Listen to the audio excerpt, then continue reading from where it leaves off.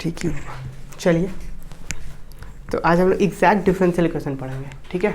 अगर आप लोग शुरू का क्लास, फर्स्ट क्लास देखे होंगे तो वहाँ पे हमने सीखा था कि डिफरेंशियल इक्वेशन फॉर्म कैसे होता है, डिफरेंशियल इक्वेशन होता क्या है, डिफरेंशियल इक्वेशन का सॉल्यूशंस का क्या मीनिंग है ना।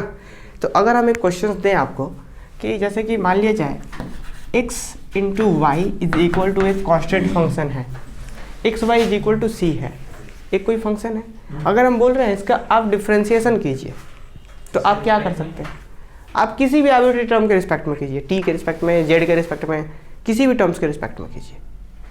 हालांकि हम बताए थे कि हम लोग क्या क्या करते हैं और कैसे करते हैं। जैसे कि आप सिंपली ऐसा समझिए, अगर हम इसका डिफ्रेंशिएशन करना चाहें किसी आर्बिट्रेरी टर्म्स के रिस्पेक्ट में, तो क्या होगा, प्रोडक्ट रूल लगेगा, एक्स को रखें, वाई का differentiation D Y by D X, क्यों एक्स के रिस्पेक्ट में करते तो एक्स तो रखे फिर वाई, तो फिर आगे में वाई एक्स वन हो जाता। हम लोग आर्बिट्रेरी टर्म्स के रिस्पेक्ट में कर रहे हैं, आर्बिट्रेरी मतलब टी पी कुछ भी, तो क्या होता है एक्स को रखे D Y by D P. हम डी पी क्यों नहीं लिख रहे हैं, क्योंकि आगे वो कैंसिल हो जाना है। तो एक्स को रखे वाई का डिफ्रेंशिएशन डी वाई, फिर अब क्या y को रखे x का डिफ्रेंशिएशन dx, अब कांस्टेंट का जीरो। अगर आप सोचते हैं कि इसको y के p के रिस्पेक्ट में करते तो dp, यहाँ पे भी dp, समझ आ रहा है क्या होता है dp के साथ, x और y में तो ऑलरेडी कांस्टेंट ही कर। हाँ बिल्कुल। तो अब यहाँ पे समझ रहे हैं कि ये जो रिजल्ट आया, अगर आप first order first degree differential equation का जनरल फॉर्म पढ़े थे, जो हमने पिछले क्लास तक बहुत अच्छे से पढ़ा, homogeneous, non homogeneous, linear, Bernoulli, तो क्या था M D x plus N D Y equal to zero, यही ना। तो वहाँ पे भी हम बताए थे कि यहाँ पे सिर्फ डी एक्स ही क्यों है, डी एक्स ही बता रहा है कि ये डिफ्रेंशिएशन को बता रहा है, डी वाई बता रहा है डिफ्रेंशिएशन को ही बता रहा है। तो वहाँ पे भी आर्बिट्रेरी टर्म्स के बारे में बात कर रहे थे। तो ये भी क्या था, अब देखिए ये जो हम यहाँ पे टर्म्स लिखे हैं, आपको पता है एग्जैक्ट डिफरेंशियल इक्वेशन भी जो क्या है, first order first degree differential equations के बहुत सारे डिफरेंशियल इक्वेशन को सॉल्व करने के लिए एक मेथड्स है। यहाँ पे बहुत मतलब इंटरेस्टिंग टॉपिक है, यहाँ पे हम बहुत कुछ सीखेंगे। फिलहाल ये है कि एक फंक्शन हमारे पास था x y is equal to c, उससे क्या एक डिफरेंशियल इक्वेशन बना, ठीक है। तो हम क्या कह सकते हैं कि एग्जैक्ट डिफरेंशियल, एग्जैक्ट का जो नाम में ही बहुत कुछ छुपा हुआ है कि वैसा डिफरेंशियल इक्वेशन जो अपने प्रिमिटिव को डायरेक्ट डिफरेंशिएशन करने से बना हो। प्रिमिटिव समझ रहे हैं, प्रिमिटिव, हाँ प्रिमिटिव, जैसे कि हम बोल रहे हैं कि एक्स स्क्वायर का डिफरेंशिएशन करने से क्या बनता है जी 2x, तो 2x का प्रिमिटिव कौन हो गया, एक्स स्क्वायर। तो अगर हम बात करें कि इस इक्वेशंस का प्रिमिटिव कौन हो गया, ये प्रिमिटिव हो गया। तो अब प्रिमिटिव को डायरेक्ट डिफरेंशिएशन करने से ये क्या बन गया आपका डिफरेंशियल इक्वेशन। तो इस टाइप के डिफरेंशियल इक्वेशन को ही क्या कहते हैं, एग्जैक्ट डिफरेंशियल इक्वेशन। एग्जैक्ट क्यों, क्योंकि यहाँ पे कोई रिसोर्स नहीं लिया गया है, समझ आ रहे बात, डायरेक्ट इसका डिफरेंशिएशन किया बन गया। अब एक हम आपको एग्जांपल्स देते हैं, D Y by D x plus मान लेते हैं 9x square into D two Y by, यहाँ पे चलिए D two Y by D X two कर देते हैं, यहाँ पे सीधे सीधा D Y by D x is equal to zero. तो ये भी एक डिफरेंशियल इक्वेशन है, बट यहाँ पे एक रिसोर्स है 9x स्क्वायर, ये पता नहीं हम एक्स्ट्रा लगा दिए होंगे या हो सकता है, समझ आ रहा है बात। लेकिन ये जो डिफरेंशियल इक्वेशन है इसमें कुछ भी नहीं है, डायरेक्ट इसका डिफरेंशिएशन बना है, समझ में आ रहा। तो एग्जैक्ट डिफरेंशियल इक्वेशन क्या होता है, जो अपने प्रिमिटिव को डायरेक्ट डिफरेंशिएशन करने से सीधा सीधा बनता है। ये भी एक डिफरेंशियल इक्वेशन है, क्यों आपको पता है, मैंने डिफरेंशियल इक्वेशन जब हम लोग पढ़ रहे थे तो समझा था कि वैसा इक्वेशन जिसमें डिफरेंशियल कोफिशिएंट्स एग्जिस्ट कर रहे हो, तो वो इक्वेशंस क्या रहता है, डिफरेंशियल इक्वेशन कहलाते हैं। तो समझ में एग्जैक्ट डिफरेंशियल इक्वेशन क्या होता है, क्लियर। तो चलिए अब हम लोग कुछ डिफरेंस, इसका डेफिनेशन लिखेंगे, एग्जाम्स में आता है यहाँ से, ये आपके सिलेबस में है। हाँ पूछिए, एग्जैक्ट डिफरेंशियल इक्वेशन का नीड क्यों। हाँ ये देखिए फर्स्ट ऑर्डर फर्स्ट डिग्री, जैसे अभी हम लोग लीनियर पढ़े, फिर उसके बाद होमोजीनियस पढ़े, नॉन होमोजीनियस पढ़े, ठीक उसी तरीके से बहुत सारा ऐसा क्वेश्चन है, आपको कन्फ्यूजन होता है कि इसको कहाँ से सॉल्व करें, लीनियर से, होमोजीनियस से। लेकिन ये एक ऐसा मेथड है कि हम लोग चेक करते हैं कि क्या ये एग्जैक्ट है या नहीं है, और अगर एग्जैक्ट होगा तो वो सारा जो आप मेथड्स पढ़ रहे हैं उस सारे मेथड्स को रिप्लेस करके एग्जैक्ट से बन जाता है। वो सारे मेथड्स को ये वेरीफाई कर सकते हैं। हाँ बिल्कुल, जैसे कि अभी हम बहुत सारा क्वेश्चंस बनाए हैं, इसी टाइप के क्वेश्चंस है बहुत। जैसे कि एक क्वेश्चन आपको देते हैं, देखिए यहाँ पे X D Y minus Y D x is equal to zero, ये एक क्वेश्चन है। इस क्वेश्चन को आप समझ पा रहे हैं कि इस क्वेश्चन को कैसे बना सकते हैं, वेरिएबल सेपरेबल मेथड से। लेकिन आप इसको एग्जैक्ट बना करके भी बना सकते हैं, आगे हम लोग सीखेंगे। एग्जैक्ट का मतलब है कि जो बहुत आपको कन्फ्यूजन है, इससे बनाए उससे बनाए, सारा का मतलब ये ऐसा कैसे रिप्लेसमेंट है, समझ रहे हैं। तो हाँ, उसके लिए एक होना चाहिए कि एग्जैक्ट डिफरेंशियल इक्वेशन एग्जैक्ट होना चाहिए। आगे हम लोग सीखेंगे, अभी फिलहाल समझते हैं, डेफिनेशन लिखते हैं कि एग्जैक्ट डिफरेंशियल इक्वेशन होता क्या है। अभी तक एक रफली आइडिया हो गया होगा कि वैसा इक्वेशन जो अपने प्रिमिटिव के डायरेक्ट डिफरेंशिएशन से बना हो और कोई रिसोर्स वगैरह नहीं है यहाँ पे, जैसे यहाँ पे था कि 9x स्क्वायर है और भी टर्म्स, समझ रहे हैं।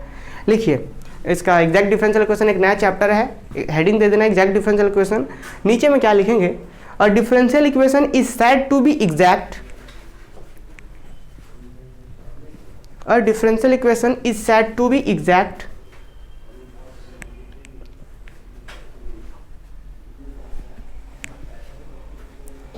if it can be derived from, a differential equation is said to be exact if it can be derived from its primitive,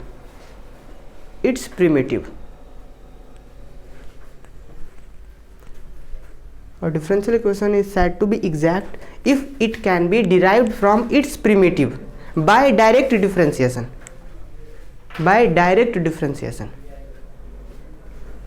Without taking resources.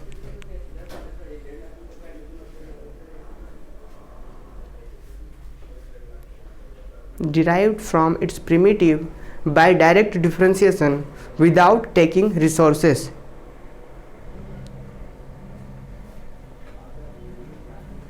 To resources to transformation,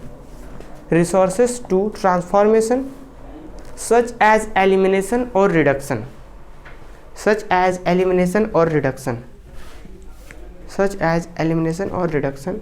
etc.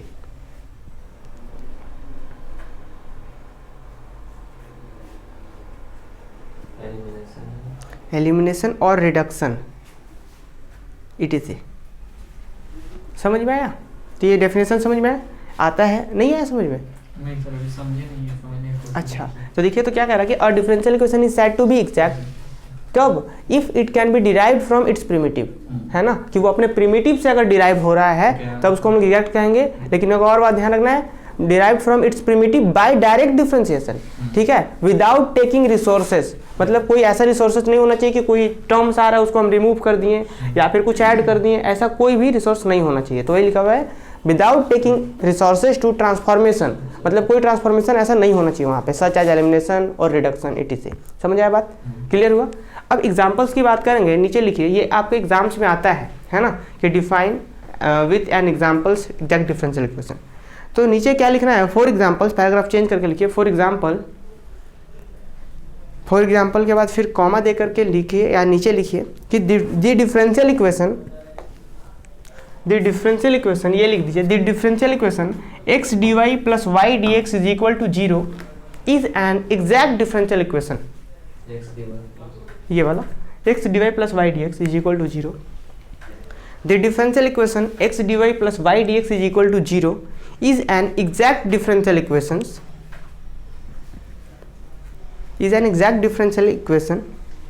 as it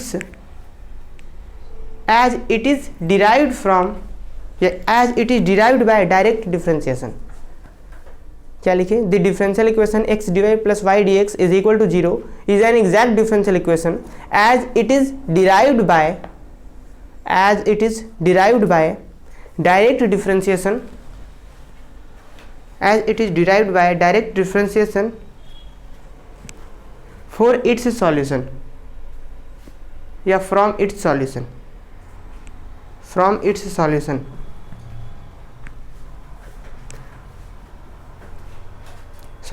the function, comma देकर लिखिए, the function xy is equal to c,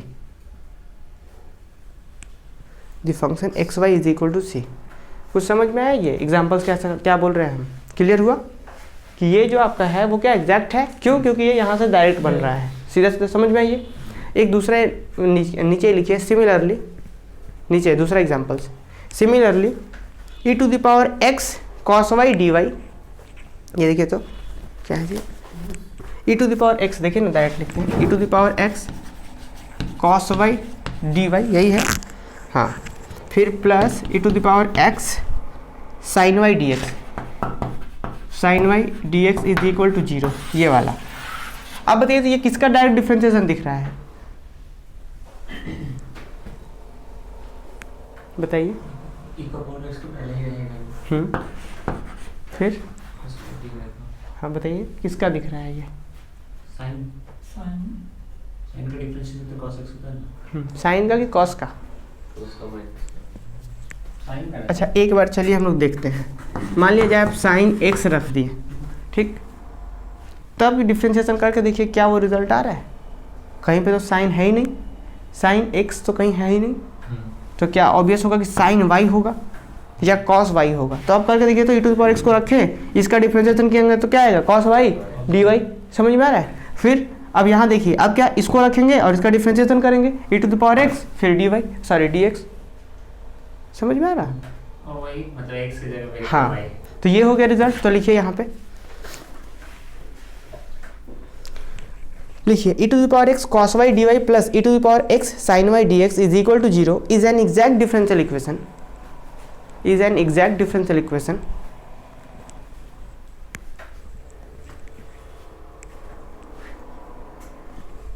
is an exact differential equation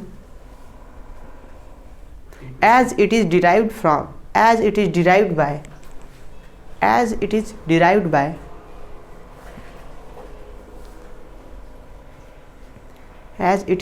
by direct differentiation of e⁴x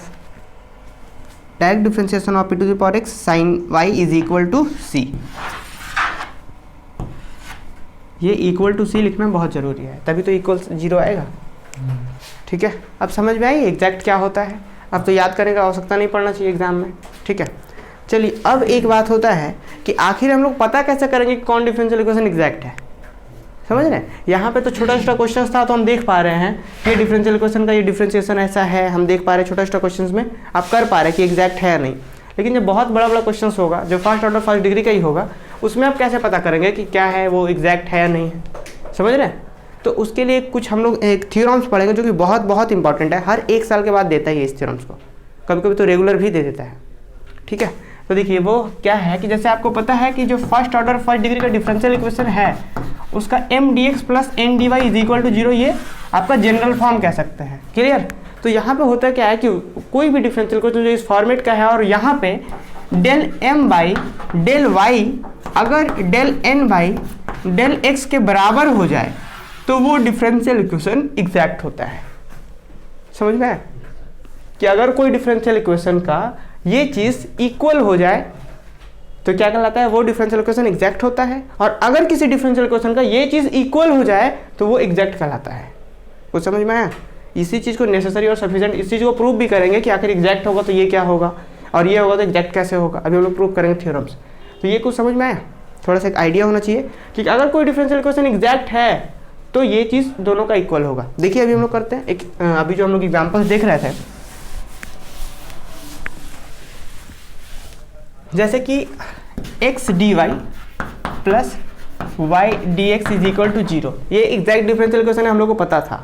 लेकिन वो rule हम क्या बोल रहे हैं कि कोई डिफरेंशियल इक्वेशन अगर इस फॉर्मेट का है तो फिर क्या होगा, अगर वो एग्जैक्ट होना है तब ये चीज़ होता है, अगर एग्जैक्ट उसको होना है तो ये चीज़ इक्वल्स होगा, मतलब अगर एग्जैक्ट है तो ऐसा होगा और अगर ऐसा है तो वो एग्जैक्ट होगा, नेसेसरी सफिशिएंट इसी चीज़ को हम लोग कहते हैं। तो यहाँ पे देखिए क्या ये एग्जैक्ट है, उस रूल से चेक करके देखिए। तो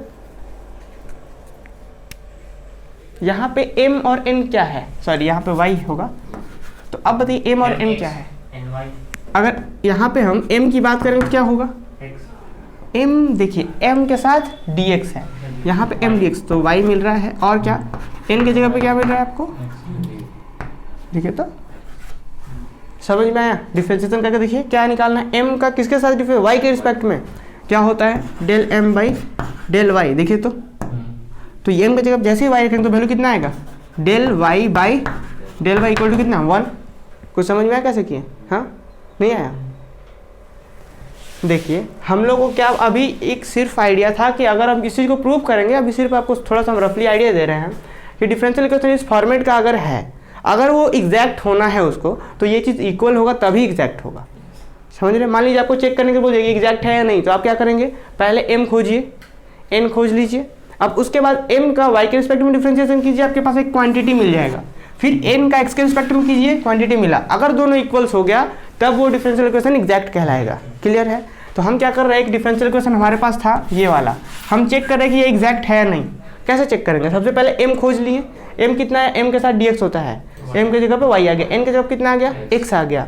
हमें चेक करना है कि एग्जैक्ट है या नहीं, तो कैसे चेक करेंगे, m का डिफरेंशिएशन किसके रिस्पेक्ट में, y के रिस्पेक्ट में। कैसे हम याद रखेंगे इस चीज़ को, ध्यान दीजिए, m के साथ क्या होता था, m के साथ dx होता था, m dx है ना, तो डिफरेंशिएशन हम समझेंगे किसके अपोजिट कर रहे थे, m dx है तो किसके रिस्पेक्ट में, m का y के साथ। क्लियर? n का y है तो n का x के साथ। क्लियर हुआ? और डिफरेंशिएशन हमेशा पार्शियली करते हैं, हम सिखाएंगे पार्शियली क्या है। तो m का y, जब आप डिफरेंशिएशन करेंगे capital del m by del y निकालेंगे, क्योंकि m का y के रिस्पेक्ट में होता है। क्लियर है? अब तो याद हो गया होगा कि m dx होता था तो m का y के साथ। तो अब जैसे ही बताइए इसका वैल्यू कितना आ जाएगा, m की जगह पर क्या है, y हो रहा है, देखिए तो हम पहले ही निकाल कर रखे हुए हैं, और y तो कितना है वैल्यू, 1 आ गया। ठीक इसी प्रकार से डेल n का किसके रिस्पेक्ट में, n dy होता था, तो यहाँ पे x के रिस्पेक्ट में क्या हो जाएगा, यहाँ पे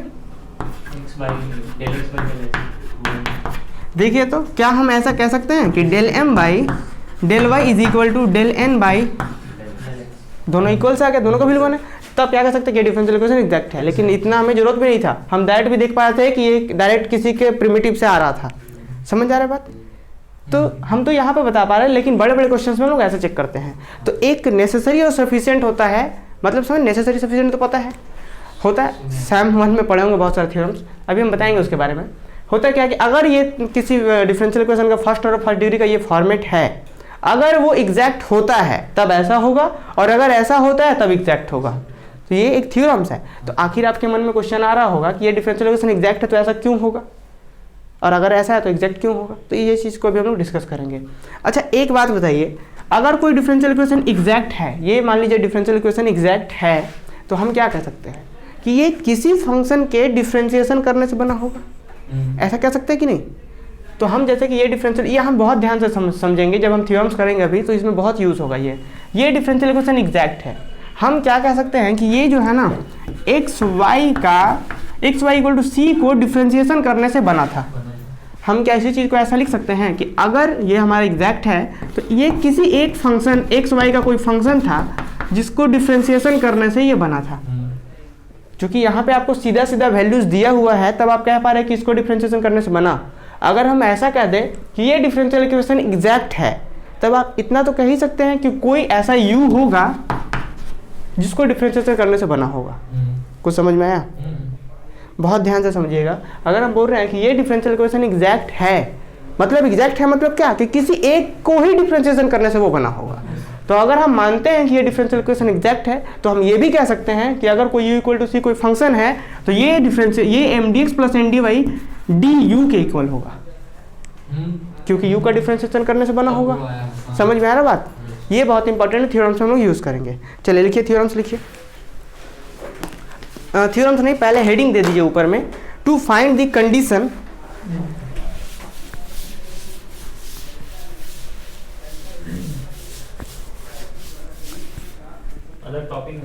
नहीं, हाँ हेडिंग कह सकते हैं कि अभी हम लोग तो सिर्फ एग्जैक्ट समझे हैं, अब उसका कंडीशन समझेंगे कब एग्जैक्ट होता है। तो लिखिए to find the condition that the differential equation,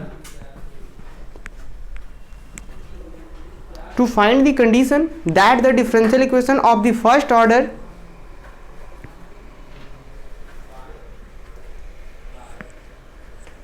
may be exact. To find the condition that the differential equation of the first order may be exact. कुछ समझ में आया? अभी हम लोग सिर्फ कंडीशन वगैरह फाइंड करने के लिए बात कर रहे हैं कि क्या करने वाली, ये हेडिंग था। अब नीचे लिखिए थ्योरम, बहुत इंपॉर्टेंट, वेरी वेरी इंपॉर्टेंट, हो सकता है एग्जाम में आएगा ये बार, इस बार में।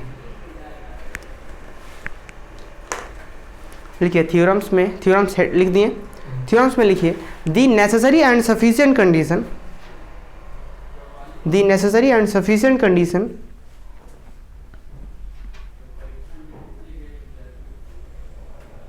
The necessary and sufficient condition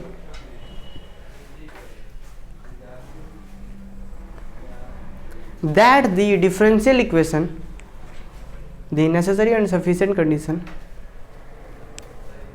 that the differential equation M D x plus N D Y is equal to 0, the necessary and sufficient condition that the differential equation m dx plus n dy is equal to 0 where m and n are function of x and y. नीचे लिखिए where m and n are function of x and y.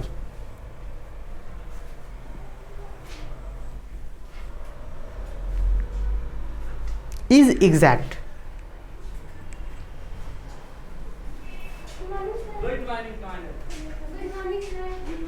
is exact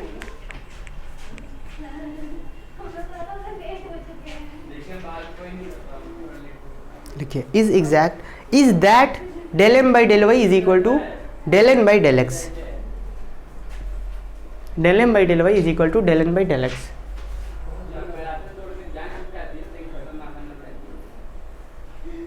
सबसे पहले theorems का statement समझ लीजिए कि theorems का statement क्या कहता है।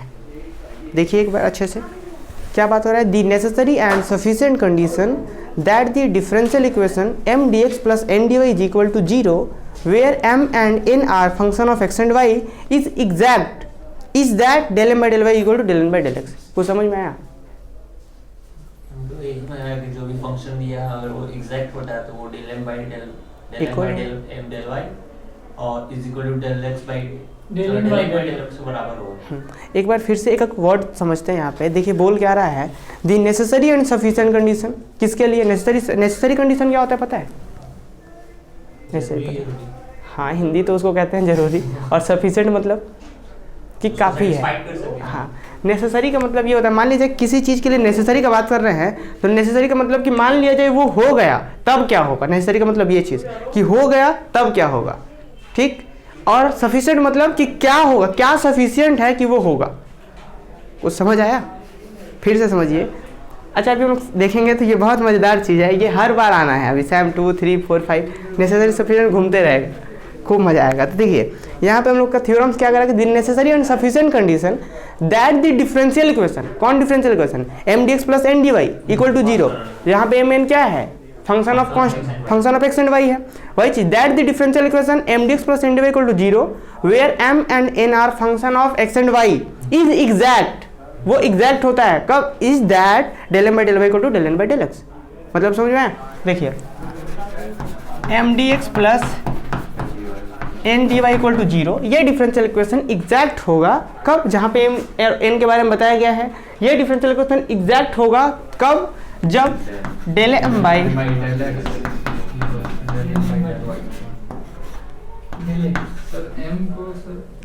एम डी एक्स होता था, एम डी एक्स होता था तो डिफरेंशिएशन वाई के रिस्पेक्ट में। समझ में? ये मतलब ऐसा कनेक्ट करके याद रख सकते हैं आप। तो देखिए हम यहाँ पे नेसेसरी कंडीशन का बात, मतलब नेसेसरी सफिशिएंट हर जगह वही रहना है। नेसेसरी मतलब होता क्या है, हम बोले कि ये डिफरेंशियल इक्वेशन एग्जैक्ट कब होगा, जब ये होगा, और अगर ये एग्जैक्ट होता है तब ये होना चाहिए, ठीक है। तो नेसेसरी कंडीशन का मतलब है ऐसा कि मान लेते हैं हो गया तब क्या होगा, समझ रहे हैं। और यहाँ पे नेसेसरी क्या होगा, हम मान लेंगे कि ये डिफरेंशियल इक्वेशन एग्जैक्ट है तब ये चीज़ आपको दिखाना होगा। ये होता है नेसेसरी कंडीशन। नेसेसरी का मतलब कि वो हो गया तब। सफिशिएंट मतलब नहीं कहते हैं कि अरे इतना सफिशिएंट है हम इतना ही खाते हैं, तो वही बात कि इतना होना चाहिए इसके लिए। सफिशिएंट मतलब समझ रहे हैं, जैसे कि हम बोल रहे हैं कि ये डिफरेंशियल इक्वेशन एग्जैक्ट होगा कब, जब ये उसके लिए सफिशिएंट कंडीशन है कि इतना होगा तभी वो एग्जैक्ट होगा। अब सफिशिएंट समझ में आया कि वो कुछ चाहिए, कोई क्राइटेरिया उसको होल्ड करेगा तभी वो एग्जैक्ट होगा। समझ आया बात? तो नेसेसरी का मतलब कि हो गया, हो जाने के बाद क्या कंडीशन होता है वो प्रूव करना होता है। और सफिशिएंट का मतलब कि उसको एग्जैक्ट होने के लिए क्या कंडीशन सफिशिएंट है। समझ में आया बात? दोनों में डिफरेंस समझ में आया? क्लियर? मैथ्स का थ्योरम में सबसे पहले सब मान ही लेते हैं कि ये सब होगा। हाँ, तो नेसेसरी में हम लोग क्या मानेंगे, मान लेंगे कि ये डिफरेंशियल इक्वेशन एग्जैक्ट है, तब हमें क्या दिखाना होगा, तब हमें दिखाना है we have to show that del M by del y is equal to del N by del x. ये हमें दिखाना होगा। सफिशिएंट में क्या, हम मान लेंगे कि ये ऐसा है, ये सफिशिएंट कंडीशन हम मान लेंगे, तब हम क्या दिखाना होगा कि वो डिफरेंशियल इक्वेशन एग्जैक्ट है। तो नेसेसरी कंडीशन सफिशिएंट में डिफरेंस समझ में आया? तो सबसे पहले हम लोग क्या प्रूव कर रहे हैं, नेसेसरी। बहुत से थ्योरम्स वगैरह में पहले सफिशिएंट प्रूफ किया जाता है, वैसे कोई फर्क नहीं पड़ता पहले आप किसको प्रूव कर रहे हैं। तो थ्योरम्स का प्रूफ में लिखिए PROOF। प्रूफ और प्रूफ में अंतर पता है? प्रमाण और एक सत्यापन। ये होता है प्रूफ, और एक होता है प्रूव। अंतिम में लिखा जाता है वो अंतिम में ये लिखते हैं जी, प्रूव्ड हो गया। हो गया। हाँ प्रूव्ड यानी पास्ट फॉर्म बीत चुका। हाँ बिल्कुल, टेंस में जा रहे हैं आप। चलिए, तो ये प्रूफ पता है, जैसे कि मान लिया जाए कोई LHS is equal to RHS दिया हुआ है, हम लोग एक एक्सप्रेशन को लेकर चलते हैं, हमें दूसरा वाला प्रूफ करना रहता है, तो उस केस में हम लोग प्रूफ लेकर चलते हैं। लेकिन ये थ्योरम्स है तो यहाँ पे प्रूफ लेकर चलेंगे, PROOF। ठीक है, नहीं समझ में आया सर क्या। देखिए कहीं पे एक्सप्रेशन रहता है ना कि LHS is equal to RHS proof करना है, हाँ सर। तो फिर हम लोग वहाँ क्या लेकर चलते थे, या तो LHS को लेकर चलेंगे या फिर RHS को लेकर चलेंगे, एक एक्सप्रेशन को लेकर चलेंगे, तो उस केस में हम लोग प्रूफ करते थे, हाँ सर। प्रूव। और यहाँ पे अभी थ्योरम्स है तो हम लोग प्रूफ करेंगे, PROOF। ठीक है, और जब यहाँ पे हो जाता था तो प्रूव लिख देते थे। चलिए, जिस भी क्वेश्चन में 2 टर्म हो। हाँ मतलब वो LHS RHS वाला क्लास 10th 11th में तो बनाए होंगे खूब। चलिए ठीक है, अब हम लोग थ्योरम्स में क्या लिखेंगे ये समझ में आया। नेसेसरी सफिशिएंट क्या है, नेसेसरी में क्या करेंगे, सबसे पहले मान लेंगे कि डिफरेंशियल इक्वेशन एग्जैक्ट है, तब हमें ये दिखाना होगा। उसके लिए नेसेसरी है। हाँ एक बात, हाँ नेसेसरी, उसके लिए हम पहले इसको मान लिए। हाँ फिर दिखा देंगे वो एग्जैक्ट है। अच्छा एक बात बताइए, अगर हम मान लेते हैं कि ये डिफरेंशियल इक्वेशन एग्जैक्ट है, तब हमको क्या मिलेगा कि ये किसी एक ही फंक्शन को डिफरेंशिएशन करने से बना होगा। क्लियर बात। चलिए तो अब लिखिए PROOF, प्रूफ में लिखना है कि we shall first of all हम सर यहाँ व्हील कर दे क्या, क्योंकि अब मॉडर्न इंग्लिश के साथ सेल सब हट चुका है। हाँ कर सकते हैं। अच्छा ऐसा है क्या, हट चुका है सेल? का यूज ही नहीं होता। क्यों? वी विल, आप सबको रिप्लेस कर दिया। आई और वी के साथ तो सेल होता था। सारा व्हील हो गया। अच्छा। सिंगुलर प्लूरल सब में भी, सॉरी सब में। एक सेल मैन पता नहीं, हम तो पढ़े थे कि आई और वी के साथ सेल होता है। इंडियन में यूज होता था, तो इंडियन में भी आ रही है। चलिए कोई बात नहीं, लिख दीजिए वी विल लिख दीजिए आप लोग। एबीपी न्यूज़ में ये सब दिखाता, सुनने मजा आता है। ABP, अच्छा वो पराठेदार मॉडल मारती है। घंटी बजाइए। नहीं वो ही देखते खाते। चलिए लिखिए we shall first of all, जो भी हो वी विल लिख दीजिए आप लोग। हाँ first of all prove the first condition, prove that the condition is necessary. Sorry लिखिए we shall first of all prove the condition, prove that the condition is necessary, prove that the condition is necessary. मतलब पहले हम लोग उसको prove कर रहे हैं जो नेसेसरी है। Prove that the condition is necessary, prove that the condition is necessary. Clear. अब नेसेसरी का बात आ गया तो आप समझ चुके होंगे कि हमें क्या करना है। तो लिखिए नीचे, इसी चीज को आपको पता है दैट इज का मतलब क्या होता है? हाँ वो तो होता है। तो दैट इज मीनिंग क्या होता है इसका? जैसे कि हम एक बात आप लोग को कह रहे हैं कि आप लोग आइए यहाँ से फिर राइट टर्न लीजिए, लेफ्ट टर्न लीजिए, ऐसे वैसे। फिर हम एक बार इसी चीज़ को बोलते कि अच्छा अगर ऐसा नहीं होता तो आप क्या कीजिए कि सीधा वहाँ से सीधा पकड़ लीजिए। हम दोनों एक ही चीज़ बोल रहे हैं, मतलब समझ रहे हैं, हम यही दोनों एक ही चीज़ बोल रहे हैं, लेकिन या तो ये कर लीजिए या तो ये कर लीजिए। हाँ आइदर वाला केस। तो मतलब अभी जो, हाँ अभी जो हम लोग क्या लिखे, अभी हम लोग लिखे कि पहले नेसेसरी कंडीशन को प्रूव करेंगे। अभी इसी चीज को हम लिखते हैं दैट इज, हम लोग क्या दिखाते हैं कि मान लेते हैं कि let this is exact and we have to show that this. समझ में आया? वही चीज को लिख रहे हैं अदर वर्ड्स में, तो इसलिए लिख रहे हैं, लिखिए दैट इज ये सिंबल के साथ, we suppose that mdx plus ndy is equal to 0 is exact. We suppose that is के बाद ये दैट इज ऐसे लिखना है, that is we suppose that mdx plus ndy equal to 0 is exact. ठीक है, we suppose that mdx plus ndy is equal to 0 is exact and we shall prove that del m by del y is equal to del n by del x, del m by del y is equal to del n by del x। कुछ समझ में आया? ठीक है, देखिए theorems अभी आप लोगों का शुरुआत हो रहा है सैम 2 में। हाँ सैम 1 में तो डिमोवर्स वगैरह खूब न्यूमेरिकल्स बनाए हैं। तो डिमोवर्स थ्योरम ही नहीं था। हाँ जो भी हो वो तो सब बेसिक है, मल्टीप्लिकेशन से सीधा सीधा बात कर रहे थे हम सीधा लोग। उसका पावर जो भी होगा एंगल के साथ मल्टीप्लाई हो गया। हाँ बस, हाँ लेकिन उसको अच्छा से पढ़ेंगे तो बहुत कुछ है उसमें भी। अभी हम पढ़ा रहे हैं 10 दिन से वही पढ़ा रहे हैं। क्वेश्चन है सर, क्वेश्चंस नहीं, एक्सट्रैक्शंस वगैरह। अच्छा आप बताइए, अब डिमॉवर्स आ रहे हैं, cos theta plus i sine theta का power n is equal to क्या होता था, cos n थीटा plus i sine n theta. ठीक, ये चीज़ तो आप खूब अच्छे से पढ़े हैं। अब यहाँ n क्या क्या हो सकता था, positive integers, negative integers, positive fraction या नेगेटिव फ्रैक्शन, चार चीज़ यही हो सकता था। तो जब ये पॉजिटिव इंटीजर्स होगा तब तो ठीक है, cos n थीटा plus i sine n theta होगा। नेगेटिव इंटीजर्स होगा तब cos n थीटा साइन आई साइन n थीटा होगा। लेकिन जब पॉजिटिव फ्रैक्शन होगा और नेगेटिव फ्रैक्शन होगा तब क्या होता है, तब क्या ये वैल्यू यही होता है, यही रहता है वैल्यू। लेकिन वहाँ पे सिर्फ ये एक वैल्यू होता था, वहाँ पे हम लोग कहते थे कि this is one value of this, मतलब कि सिर्फ ये एक ही वैल्यू होता था कि कोई एक वैल्यू। जैसे आप पता है, जैसे हम यहाँ पे p बाई क्यू कर दें, फ्रैक्शंस कर दें पॉजिटिव या नेगेटिव, तब इसका बहुत सारा वैल्यूज होना है, बहुत सारा, उसमें से सिर्फ ये एक वैल्यूज को दिखाता था। और ये पॉजिटिव इंटीजर्स नेगेटिव इंटीजर्स में सीधा सीधा था कि जितना होगा उतना दिखा दे रहा है।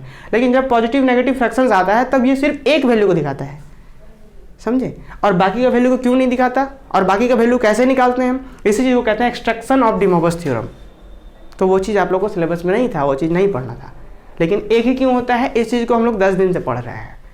एक्सट्रैक्शंस वगैरह बहुत कुछ है, और तो बहुत कुछ है इसमें। अभी ऐसा नहीं कह सकते हैं कि कोई भी चीज़ छोटा है। पता है डी मोवर्स जो ये रूल है ये कितना मतलब यूज़फुल है, कॉम्प्लेक्स मतलब जो भी नंबर से रिलेटेड जो प्रॉब्लम्स थे बहुत इजी वे में सबको सॉल्व कर चुका है ये, मतलब ये।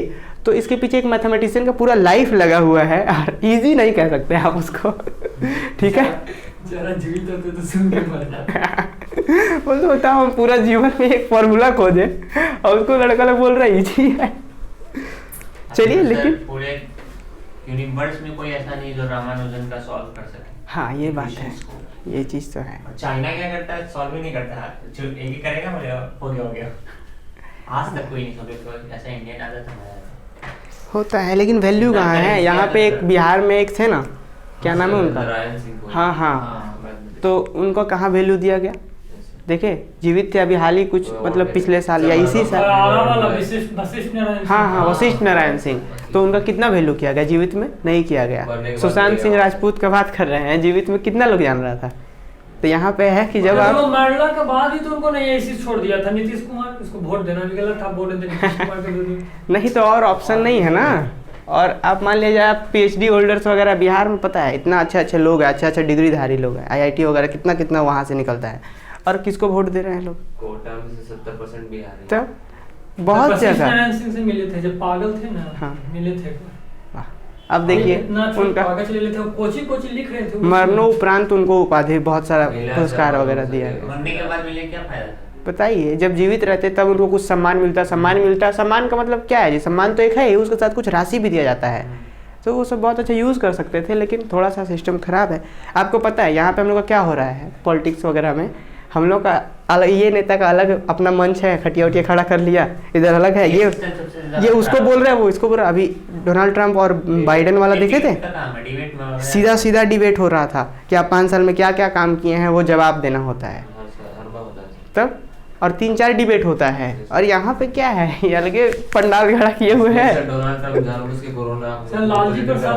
हाँ, ताकि डिबेट से बच सके। हाँ लालजी प्रसाद से भी मिले, हाँ पटना से अथी में है ना, पटना NIT घाट, हाँ NIT घाट पर हमेशा आते हैं। इस बार सर इनसे मिल के आया, खान सर से मिल जी, हाँ बहुत सोचा। यहाँ पे तो पशुपतिनाथ सिंह हम लोग के घर में भी आया था बर्थडे पार्टी में। और ठीक है, नेता होता तो नहीं, उसका बहुत पहले से मतलब ऐसे नहीं था, लेकिन थोड़ा जान पहचान हुआ था, तो बर्थडे पार्टी में बुलाया था, लगा नहीं था कि आएंगे। लालजी सर से मिले थे, 1 नंबर के खफुआ हैं। हम तो ऐसे घूमने गए तो सब बोला कि लालजी सर, लालजी टंडन अच्छे हैं, लालजी प्रसाद हैं, पटना यूनिवर्सिटी को अच्छी ना है, पता नहीं आपको। हाँ सर, बहुत बड़ा ऊपर थे, सब प्रणाम पाती करे, उधर। चलिए सही है, ये सब हम लोग बात करेंगे, लेकिन फिलहाल इस थ्योरम्स को प्रूव करते हैं। ठीक है, प्रूव करें।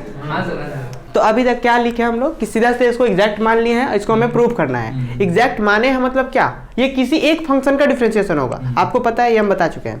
तो लिखिए, नीचे लिखेंगे since mdx plus ndy is equal to 0, since mdx plus ndy equal to 0 is given to be exact, is given to be exact,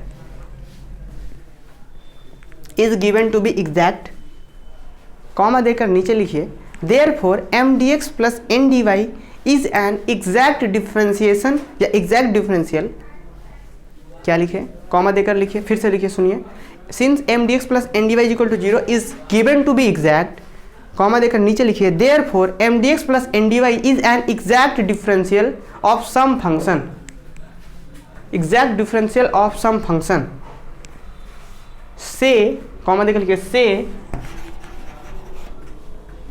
u is equal to function of x comma y. कुछ समझ में आया? Clear तो हो जाना चाहिए। Clear हुआ? Sir पहले वैसे छुट्टी है, फिर से सुनिए, since m D x plus N D Y equal to zero is given to be exact, ठीक है, ये हमें अभी अभी माने हैं हम इसी को, तो मतलब ये दिया हुआ है कि एग्जैक्ट है। अच्छा, अगर एग्जैक्ट है मतलब देयरफॉर मतलब क्या है कि इसलिए m D x plus N D Y is an exact differential of some function, मतलब वो किसी एक फंक्शन का क्या होगा, एग्जैक्ट डिफरेंशियल होगा।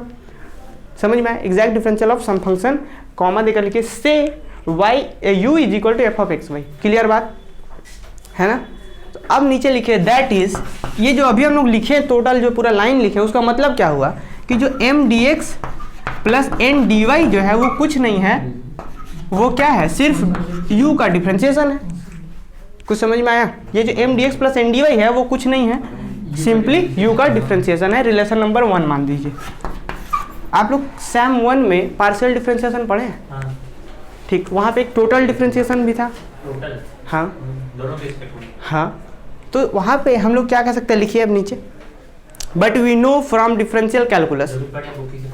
हाँ, रिलेशन नंबर बुक में ही है, ये रिलेशन नंबर 1 तक समझ में आया? लिखिए but we know from differential calculus,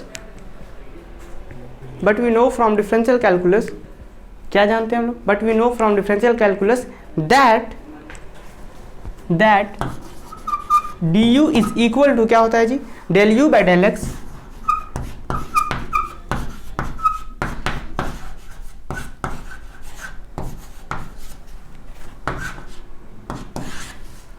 देखिए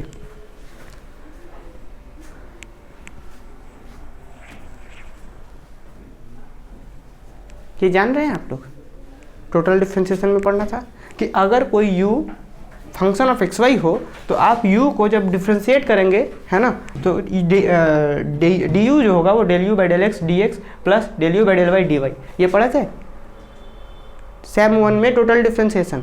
और अगर सैम 1 में नहीं पढ़ा तो अब सैम 5 में भी फिर से पार्शियल डिफरेंशिएशन आपको पढ़ना है, ठीक है? ध्यान रखना है d u is equal to क्या, इस तरीके से। अगर यही चीज़ पे डी जेड रहता तो क्या आता,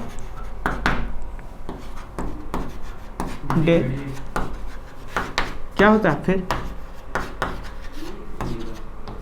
लेकिन ध्यान रहे कि ये उस केस के लिए जेड क्या होना चाहिए, function of x why he होना चाहिए, तभी यहाँ पे एक्स वाई होगा, ठीक है? ये टोटल डिफरेंशिएशन है, जरूरत पड़ा तो हम इस चीज़ को बताएंगे, लेकिन अभी यहाँ पर हम डायरेक्ट यूज़ करते हैं, ठीक है? चलिए क्या लिखेंगे हम लोग, फ्रॉम 1 and 2 नीचे लिखिए, यहाँ तक लिख लिए, क्या लिखे आप लोग कि but we know from differential calculus that d u is equal to, ये चीज़ लिखिए नीचे, therefore from 1 and 2 we get, therefore from 1 and 2 we get, क्या मिलेगा हमें बताइए तो, हमें मिलेगा we get m D x plus N D Y is equal to क्या, del u by del x d x plus del u by del y d y. This imply that m is equal to del u by del x and, ये कुछ समझ में आ रहा है क्या बोल रहे हैं, from 1 and 2, 1 and 2 D you की जगह पे पूरा वैल्यू रख दिए। अब वैल्यू रख दिए तो आप देखिए यहाँ से डी एक्स का कोफिशिएंट यहाँ पे कौन है, m है, और यहाँ पे कोफिशिएंट कौन है, d u by del x equals होगा m is equal to del u by del x and n is equal to क्या होगा, कोफिशिएंट इक्वेट कर दिए है simply, and del u by n is equal to del u by del y, ठीक है? समझ में आई है? सीधा सीधा कोफिशिएंट इक्वेट किए, dx का कोफिशिएंट और dy का कोफिशिएंट, तो ये m और n का वैल्यूज आ गया। क्लियर? अब इस चीज़ को आप चाहें तो इसका रिलेशन मान सकते हैं, इसको मान दीजिए 3 और इसको मान दीजिए 4, ये नीचे ही लिख दीजिए, ज़्यादा सही रहेगा। और ध्यान रखना यहाँ पे डी नहीं लिख सकते हैं आप, क्योंकि ये पार्शियल को रिप्रेजेंट कर रहा है। लिखिए आगे। अच्छा, अब हमें प्रूफ क्या करना था, थोड़ा सा याद कीजिए तो आप। m का डिफरेंशिएशन y के रिस्पेक्ट में, n का डिफरेंशिएशन x के रिस्पेक्ट। m का वैल्यू आ चुका है क्या? अगर m का डिफरेंशिएशन आप y के रिस्पेक्ट में करेंगे तो क्या आएगा, देखिए तो del m by del y, तो इधर होगा तो इधर भी होगा, समझ रहे हैं? तो लिखिए नीचे, differentiating 3 partially with respect to y, differentiating 3 partially with respect to y, differentiating 3 with respect. अब यहाँ पे आपको डाउट्स ना हो, याद ना करना पड़े, तो आप खुद समझेंगे कि हमें प्रूफ क्या करना है। m का किसके रिस्पेक्ट में करना है, डेल m बाई वाई, इसलिए हम 3 को किसके रिस्पेक्ट में कर रहे हैं, y के रिस्पेक्ट में। हमें क्या चाहिए, del n by del x चाहिए, तो इसको क्या करेंगे, x के रिस्पेक्ट में। क्या लिखें आप, differentiating 3 partially with respect to y and 4 partially with respect to x, and 4 partially with respect to x। 4 कैसे लिख रहे हैं जी, गोल बना करके ऐसे करके, हाँ हाँ हाँ हाँ बिल्कुल। लिखिए, differentiating 3 partially with respect to y and 4 partially with respect to x, comma देकर लिखिए वी गेट। क्या मिलेगा हमें, वी गेट क्या मिलेगा, डेल m बाई क्या, del y is equal to del by del y, देखिए तो ये मिलेगा क्या, दैट इज, इसी चीज को लिखिए, that is del m by del y is equal to del two u by del y del x। ये कुछ समझ में आया कैसे लिखे? चलिए आगे लिखिए इसको। एंड ये तो सिर्फ 3 को किए, एंड हम दैट लिखते हैं del n by del x is equal to क्या, डेल बाई डेल x, और n का वैल्यू क्या है अपना, del u by del y। अब इसी चीज़ को आप नीचे करके लिखिए, दैट इज, देखिए यहाँ पे कहीं डाउट हो तो ज़रूर पूछिए। कल सबसे पहले जब क्लास में आइएगा तो सबसे पहले हम लिखवाएंगे ये थ्योरम्स, 3 से 4 मिनट के अंदर पूरा लिखना होगा आप लोगों को, हो सकता है बोर्ड पे भी लिखना हो। Del n by del x is equal to del by del y del x del u by del y. Clear है? और इसी चीज़ को और क्या लिख सकते हैं आप, that is del n by del x is equal to del two u by del x del y. ठीक है, ये समझ में आया? तो अब जरा ध्यान दीजिए, आपको सर्कल वर्कल नहीं करना है कॉपी में। इस दोनों को देखिए तो, जब आप टोटल दोनों, ये राइट साइड दोनों का इक्वल्स है क्या? अगर आप पार्शियल डिफरेंशिएशन पढ़े होंगे तो आपको याद होगा कि अगर कोई u function of x y है, ठीक है, फंक्शन ऑफ एक्स वाई है, तो u का डिफरेंशिएशन 2 टाइम्स कर रहे हैं, सेकंड ऑर्डर का डिफरेंशिएशन कर रहे हैं। एक बार कर रहे हैं पहले x के रिस्पेक्ट में, फिर y के रिस्पेक्ट में, और दूसरे बार कर रहे हैं y के रिस्पेक्ट में, फिर x के रिस्पेक्ट में। दोनों वैल्यूज इक्वल होता था। 99% केस में इक्वल होता था। 1% केस ऐसा भी होता है कि जब आप पहले x के रिस्पेक्ट में कर रहे हैं, फिर y, फिर इधर पहले y फिर x। यहाँ पे क्या है देखिए तो, u का डिफरेंशिएशन पहले किसके रिस्पेक्ट में है, कैसे पता करेंगे? पहले x के रिस्पेक्ट में है, फिर y के रिस्पेक्ट में है। यहाँ पे u का डिफरेंशिएशन पहले y के रिस्पेक्ट में, फिर x के रिस्पेक्ट में है। 99% केसेस में ये दोनों इक्वल होते हैं, तो इसलिए हम लोग क्या अब समझ सकते हैं कि ये दोनों क्या है, इक्वल्स है। हालांकि अधिकतर में क्या डायरेक्ट इक्वल्स ही दिखाया जाता है, लेकिन कुछ परसेंट केस ऐसे भी होते हैं जहाँ इक्वल्स नहीं होते हैं। ठीक है, कुछ फंक्शन ऐसे भी होते हैं जहाँ इक्वल्स नहीं होते हैं। तो इसलिए हम लोग यहाँ पे क्या लिखते हैं, आप देख पा रहे हैं कि डायरेक्ट वही चीज़ है, उसका 2 बार डिफरेंशिएशन, x के रिस्पेक्ट में, y के रिस्पेक्ट में, y के रिस्पेक्ट में, x के रिस्पेक्ट में। अब दैट भी इक्वल लिख सकते हैं कि from this and this we get both are equals. Clear?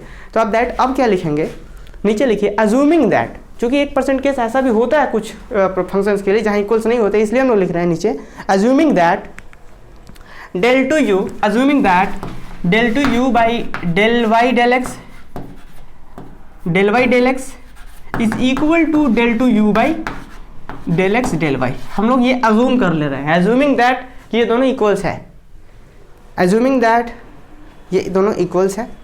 तो नीचे फिर लिखिए वी ऑब्टेन, इसके नीचे लिखिए वी ऑब्टेन क्या, del M by del y is equal to del N by del x. बात समझ में आया कैसे प्रूफ हुआ? We obtain del m by del y is equal to del n by del x। We obtain this. Theorem का एक part हम लोग सिर्फ अभी तक प्रूव किए हैं। कहीं पे डाउट है इसमें?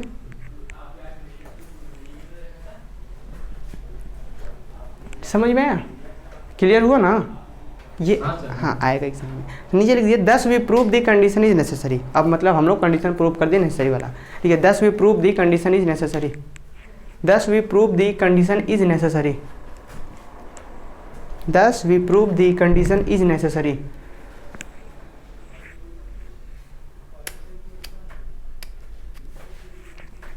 ठीक है, लिखिए now we prove that the condition is sufficient. Now we prove that the condition is sufficient. नीचे लिखिए, आपका सफिशिएंट पे जा रहे हैं हम लोग। Now we prove that the condition is sufficient. Now we prove that the condition is sufficient. ठीक है, कैसे करेंगे हम लोग इस चीज़ को? आपको पता है सफिशिएंट में क्या करते हैं हम लोग? पहले मान लेंगे, यहीं पे ध्यान रखना है, इस वाले में ध्यान रखना है। पहले क्या करेंगे हम लोग? इस चीज़ को मान लेंगे, ये हमें दिखाना है।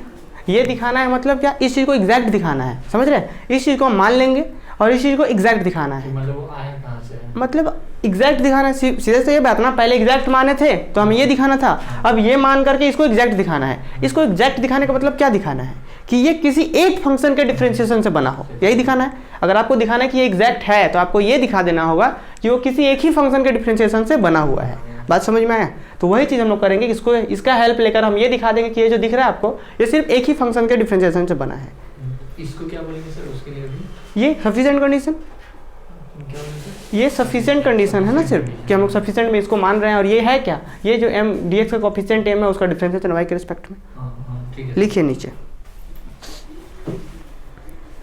लिखिए वी सपोज दैट, ये चीज़ del m by del y is equal to ये, या दैट इज करके लिखना है। जैसे हम तो वहाँ लिख दिए थे ना कि सफिशिएंट प्रूव करने जा रहे हैं, लिखिए that is we suppose that del m by del y is equal to del n by del x। del m by del y is equal to del n by del x।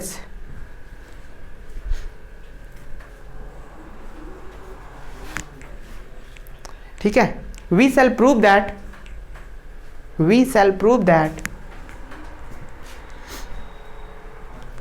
m dx plus n dy is equal to du।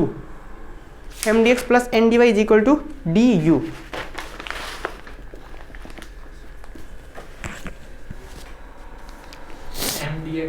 n dy is equal to du, मतलब यही proof करना है ना। m dx plus n dy को अगर हम du के बराबर दिखाते हैं मतलब u का डिफरेंशिएशन है ये टोटल, समझ रहे हैं? तो बस ये चीज़ हो जाएगा हमारा। तो we have to show that m dx plus n dy is equal to du हमें दिखाना है। u क्या होगा? फंक्शन ऑफ x y होगा। ठीक है, तो चलिए डिफरेंशिएशन के थ्रू लाए तो इसको इंटीग्रेशन करेंगे। हाँ, अभी देखिए हम लोग क्या करते हैं, हम लोग कुछ सेम इस तरह से इंटीग्रेशन डिफरेंशिएशन यूज़ करके हम दिखा देंगे कि ये कुछ नहीं है, सीधा सीधा u का डिफरेंशिएशन है। मतलब ये चीज़ डी रिवर्स ही है तो इंटीग्रेशन ही होना है। हाँ, रिवर्स इंटीग्रेशन तो होगा ही। चलिए, अच्छा एक बात आपको पता है इंटीग्रेशन डिफरेंशिएशन में क्या कनेक्शन है? दोनों एक दूसरे का रिवर्स है। अगर हम बोल रहे हैं कहीं पे कि m dx का इंटीग्रेशन फाई आ रहा है, ठीक, अब अगर हम बोल रहे हैं कि हम इसका डिफरेंशिएशन कर दे रहे हैं, जैसे चलिए पहले लिखिए तो अब समझ में आएगा। लेट लिखिए, let integration m dx is equal to phi. Let integration m dx is equal to phi, इस तरीके से। लेट हाँ, अच्छा आपको एक बात पता है ये इंटीग्रेशन का ये सिंबल इस तरीके से क्यों होता है? ये s को रिप्रेजेंट करता है, s को, और s मतलब होता है समेशन। इंटीग्रेशन का मतलब आप लोग पढ़े होंगे क्लास 12th में कि कोई एक इस तरीके से कोई कर्व है, आपको ये x इक्वल टू a दिया हुआ है, यहाँ पे x इक्वल टू b दिया हुआ है। हम क्या करते थे, एक बहुत पतला सा स्ट्रिप लेते थे जो एक रेक्टेंगल के जैसा दिखता था, तो ये लेंथ को हम dx मान लिए और ये y हो जाता था, तो इसका एरिया कितना y dx, रेक्टेंगल का एरिया y dx। और हम लोग क्या करते थे, ऐसा ऐसा बहुत सारा का एरिया निकालते थे, फिर क्या करते थे, सबको सम करने का काम करते थे, सम। और वही सम को कौन रिप्रेजेंट, लिमिट कहाँ से कि x इक्वल टू 1 से लेकर के x इक्वल टू a से b तक सम करना है। तो ये जो इंटीग्रेशन है, आपको पता होना चाहिए कि इंटीग्रेशन एक टूल था जो सेम टाइप्स के फंक्शन को सम करने का काम करता है, तो इसलिए सम को रिप्रेजेंट करता है इंटीग्रेशन। समझ में आया? तो चलिए आगे लिखिए, फिलहाल अभी हम लोग यहाँ पे थे, क्या लिखे हम लोग कि let integration m D x is equal to 5 common देकर where integration denote the where ये ऐसा लिखना, वेयर ये denote the where this denote the integration with respect to x,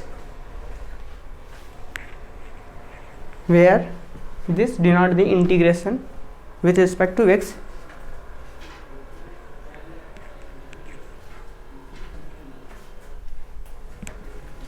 treating y as constant, treating y as constant, treating y as constant, ये लिख दिए। अब यहाँ पे बहुत एक छोटा सा कॉन्सेप्ट यूज होगा, वो पहले समझ लीजिए, फिर थ्योरम्स तो आज बहुत लंबा जा रहा है क्लास। देखिए एक्स स्क्वायर, जैसे एक्स का इंटीग्रेशन कर रहे हैं तो क्या आता है,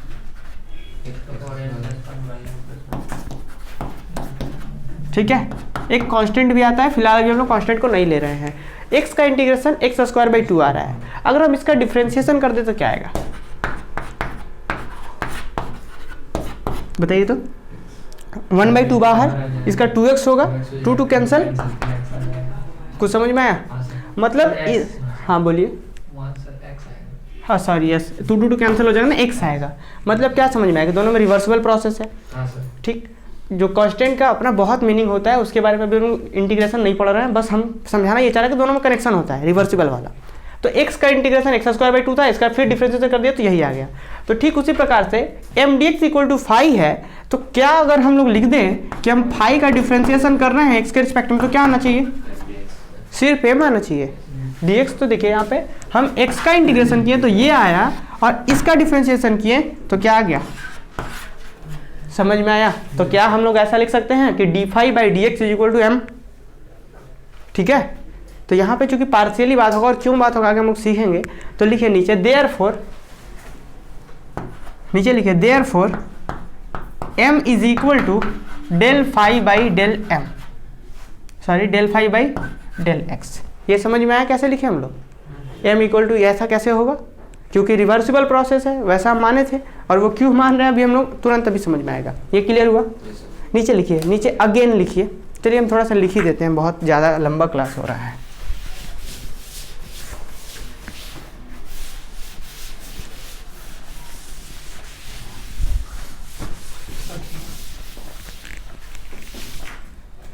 देखिए देखिए कहाँ से, अब m का तो वैल्यू पता चल गया है ना, एकदम पहले लिखते जाइए, हम समझाते जाएंगे।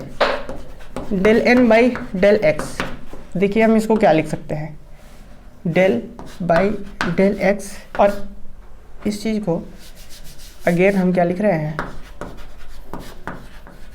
ये चीज़ हमारे पास गिवन था, मानकर चले थे हम लोग ये चीज़, हम इसको थोड़ा सा और आगे क्या बढ़ा सकते हैं, डेल वाई, और इसका वैल्यू हमारे पास है del five by del x.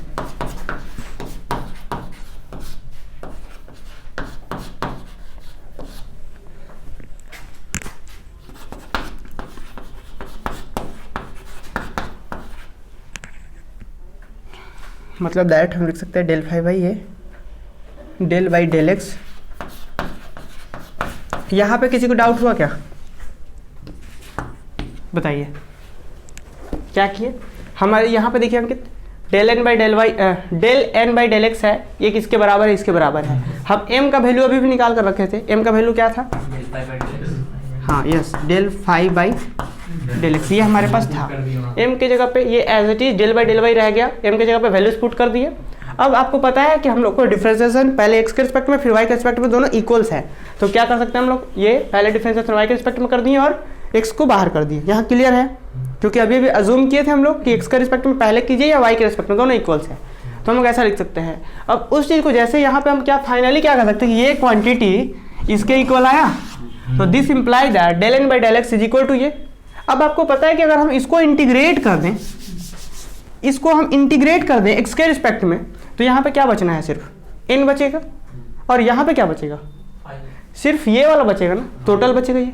फिर से समझिए, अगर हम इस चीज़ को इंटीग्रेट कर दें del n by del x को, ऐसा अगर हम बोल रहे हैं कि हम dx का इंटीग्रेशन कर रहे हैं, तो क्या आता है, सिर्फ x आएगा।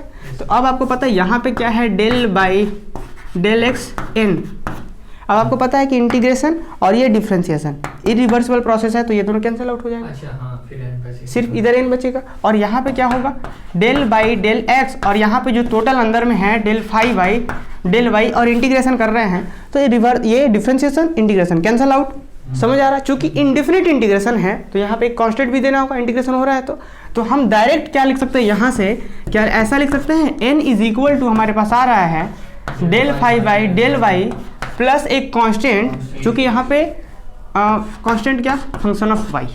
क्यों? क्योंकि इंटीग्रेशन किसके रिस्पेक्ट में हो रहा था, x के रिस्पेक्ट में, और पार्शियली सब कुछ हो रहा है तो y क्या ट्रीट होगा, कांस्टेंट के जैसा, तो कांस्टेंट में कैसा, फंक्शन ऑफ y। बात को समझ में आया कैसे लिखे? तो इस स्टेप को कोई ज़रूरत नहीं है, हम डायरेक्ट यहाँ से ऐसा लिख सकते हैं। समझ आया बात? तो डायरेक्ट लिखिए, this imply that n is equal to del phi by del y plus phi of y, जहाँ पे फाई ऑफ वाई क्या है, इंटीग्रेटिंग कांस्टेंट। लिखिए n is equal to del phi by del y plus psi of y, इसको psi बोलते हैं, ठीक है।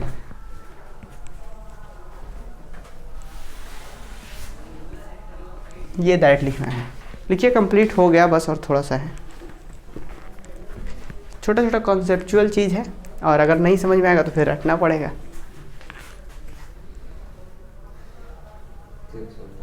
m और n का वैल्यू निकल चुका है क्या आप, है ना? तो बस आप सीधा पुट करेंगे, आंसर आ जाएगा। लेकिन ये क्या है यहाँ पे बताइए तो, हाँ बोलिए।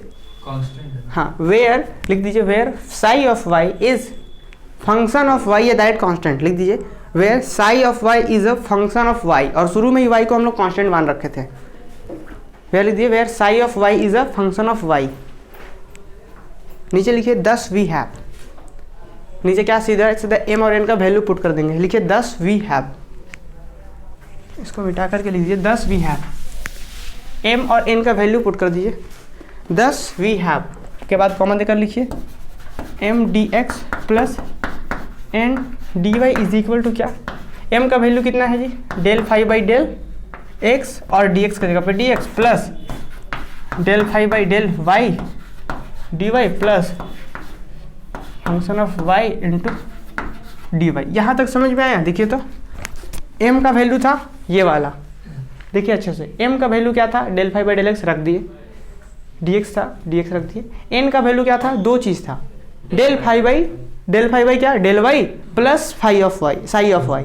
तो इसके साथ भी dy होगा, del phi by del y के साथ भी, और डेल साई के पास भी dy होगा। बात समझ में आया यहाँ तक? अब एक बात यहाँ से बताइए, ये जो टोटल आपको दिख रहा है, टोटल डिफरेंशिएशन का जो अभी हम लोग यूज़ किए थे एक जगह, d u is equal to क्या यूज़ किए थे, del u by del x, यहाँ पे डी एक्स प्लस ये यूज़ किए थे। तो अगर कहीं पे ऐसा रहे तो आप ऐसा लिख सकते हैं कि नहीं? तो यहाँ पे देखिए तो क्या लिख सकते हैं हम लोग, del phi by del x d x, del phi by del y d y, सीधा क्या आप डी यू डी फाई लिख सकते हैं। आप जोड़ ऐसा तोड़ कर देखिए, डी यू है तो ऐसा हुआ, डी फाई रहेगा तो क्या होगा, हाँ, तो यू की जगह phi by del x dx plus del phi by del y dt। देखिए तो वही था क्या ऊपर में। तो समझ में आया? इस चीज़ को हम ऐसा लिख सकते हैं। बचा क्या हमारे पास उधर, साई वाई डी। ठीक है।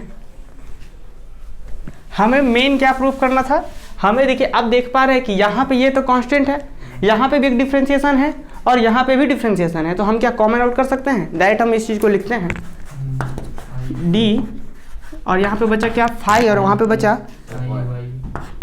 साई वाई बचेगा, और यहाँ पे भी वाई बचेगा।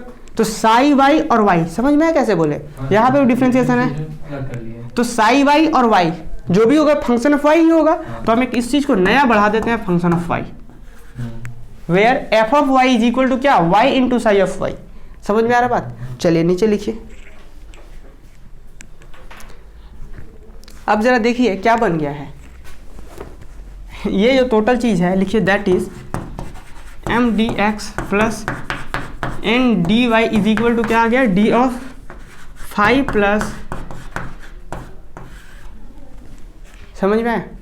लिखेंगे नाउ टेकिंग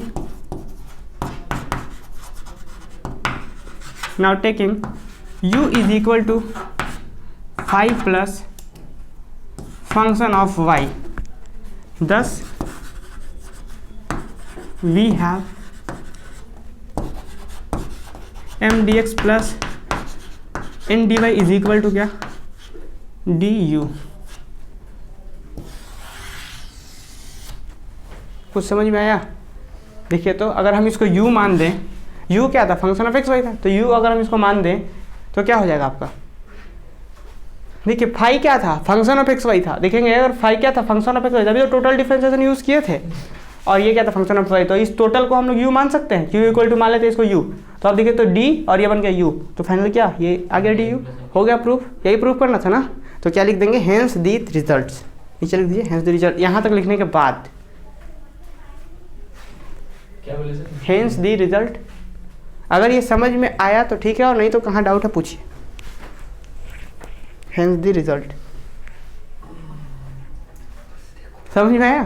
ठीक, Hence the result. हाँ बस, तो प्रूफ हो गया ना जी, पता चला ना, प्रूफ हो गया। हाँ नहीं तो ऐसा होता है कि पता ही नहीं चल रहा कब प्रूफ हो रहा है, पता चलना चाहिए। अच्छा एक बात आप लोगों को पता है, इस क्वाड्रेंट में कौन कौन पॉजिटिव होता है, All positive. All positive. इसमें कौन पॉजिटिव होता है?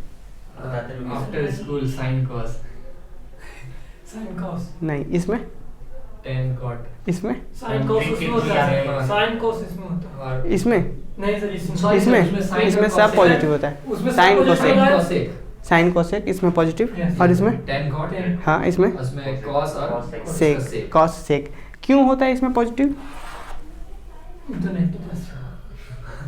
क्यों होता है अंकित? नहीं, वो कोई एंगल का आता है इसलिए 180 डिग्री के लेके।